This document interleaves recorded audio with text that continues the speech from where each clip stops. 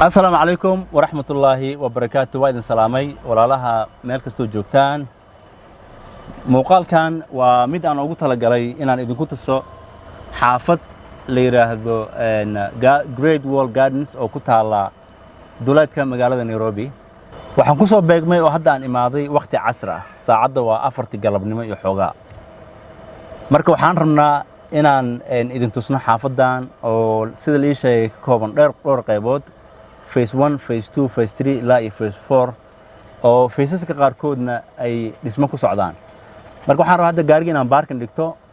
qaybtan idii dhow waa qaybta lagu talgalay parkingka hadda waxaan joogaa phase 2 apartmentiga qaybtiisa phase 2 gaan joognaa hadda marka waxaan dhigan doonaa parkingka ay soo raaca kadibna waxaan intusi doonaa qaybaha kala gedisan ee xaafadan ay ka kooban tahay taariikh abwaan hore tirsha waxay tilmaamaysay taageeraday laba gacmood tamar ku yeeshaane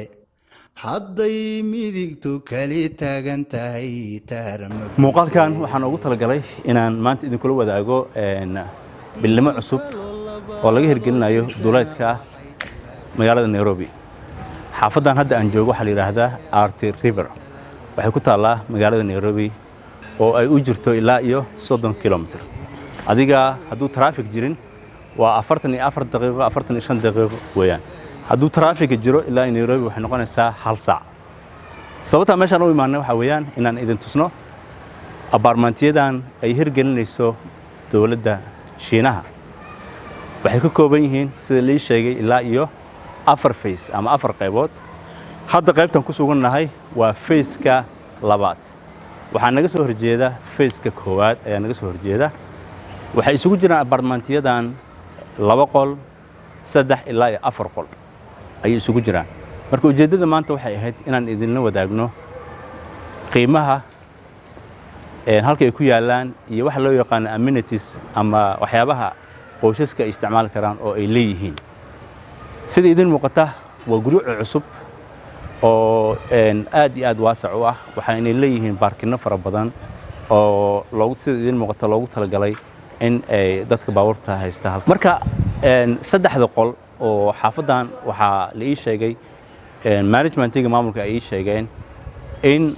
lagu gado ilaa iyo lacag u dhaxayso 27 ilaa iyo 30 kun oo dollar waa saddexda qol labada qolna 25 ilaa iyo 28 kun oo dollar inta u dhaxaysa gudaha markaan galnay waxaan aragnay guryahan inay yihiin guryo waasac ah oo labada qol marka loo fiiriyo labada qol ee xaafadda isla ku yaala iyo kuwan inay yihiin kuwa waasac ah ayaan loo sheegay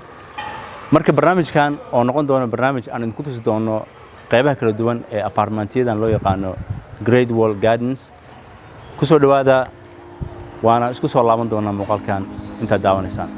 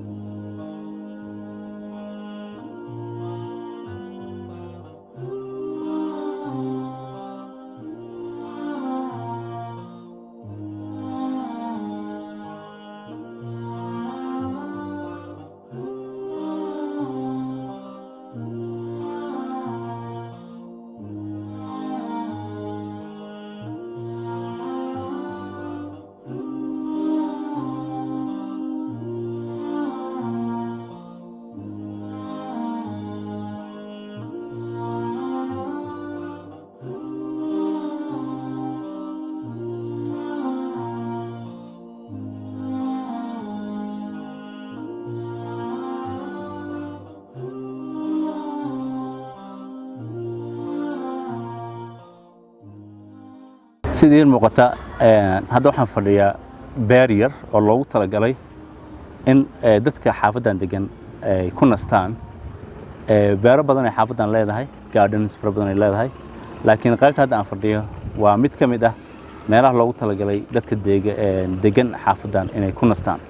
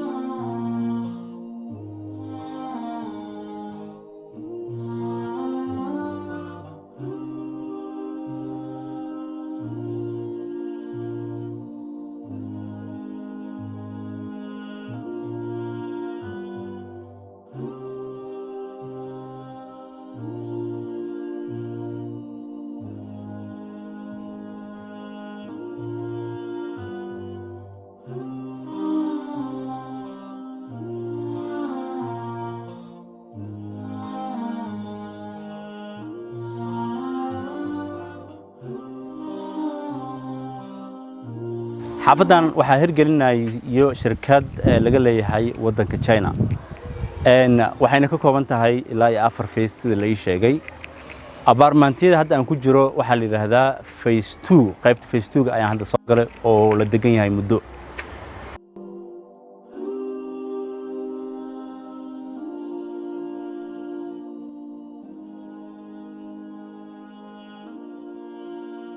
xaafadan waxay Nairobi u jirtaa saan hore kugu sheegay 30 kilomitir adiga waa 45 daqiiqo oo gaari ah marka wadada traffic badan aanu jirin laakiin haddii traffic badan uu jiro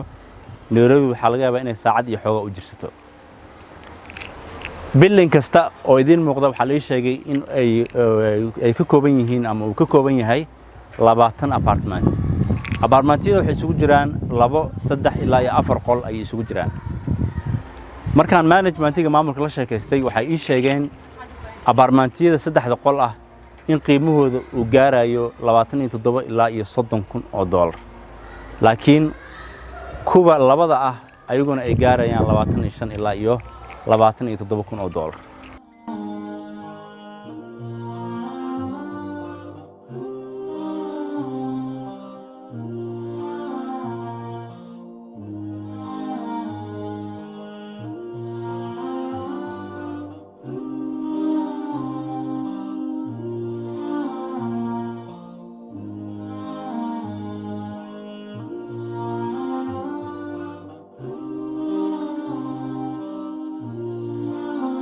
sideen muuqata marka fiirisid xitaa baabuurta meesha taala waxay ku tusinaysaa xaafadan inay tahay xaafad dadka degan ay yihiin dad ladan waxaana ka dareemi kartaa baabuurta taala qaab dhismeedka xaafadan Great Walls waa isku wada mid waa isku qaab waa kulligood waa isku same system loo dhisay marka waxaan rabnaa inaan idin tusno qaababka ay kula duwan yihiin ujeedadan waxay ahayd inaan adinkuna aad aragtaan inay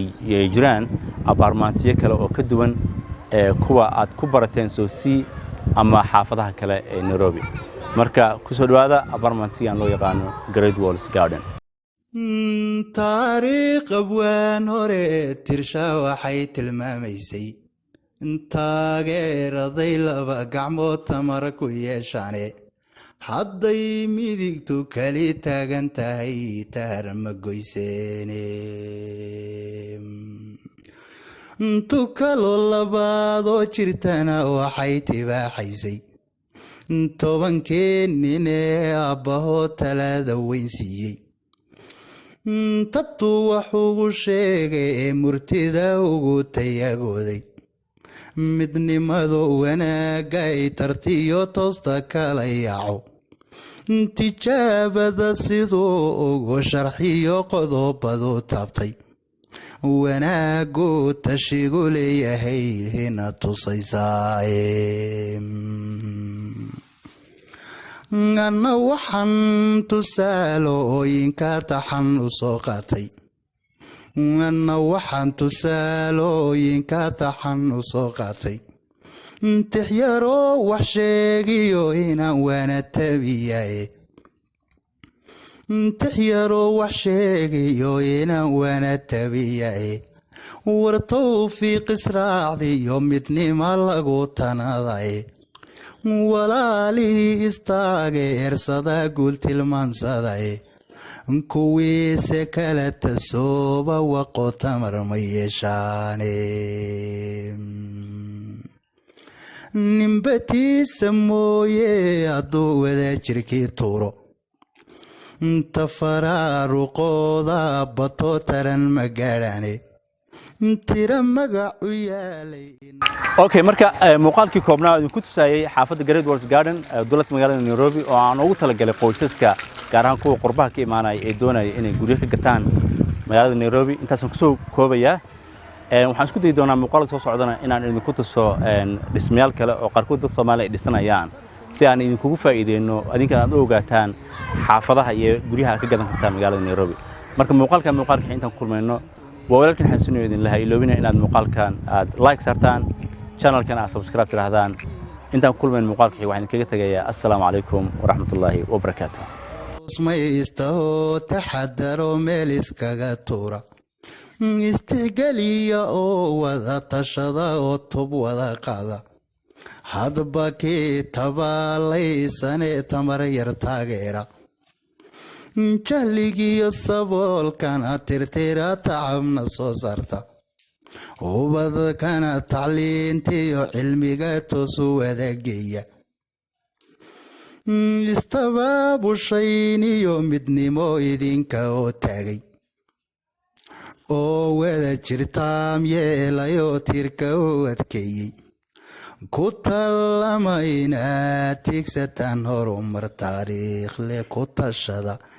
inaad tiigsataan horumar taariikhle